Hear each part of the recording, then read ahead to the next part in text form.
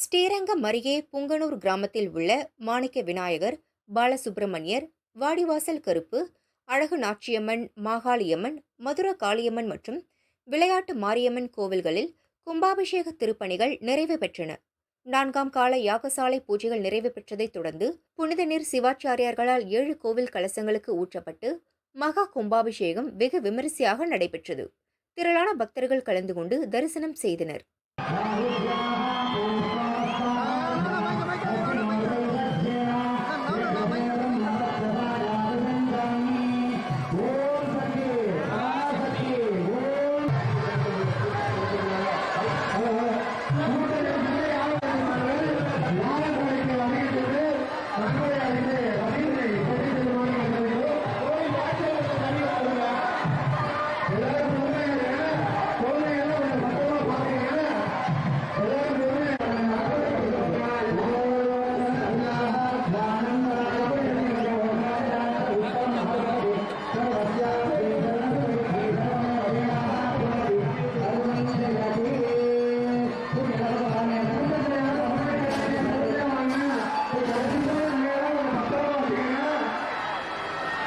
கன்னியாகுமரியில் பழமை வாய்ந்த ஆற்றூர் கல்லுப்பால மகாதேவர் கோவில் கும்பாபிஷேக விழா கடந்த 17ஆம் தேதி துவங்கியது.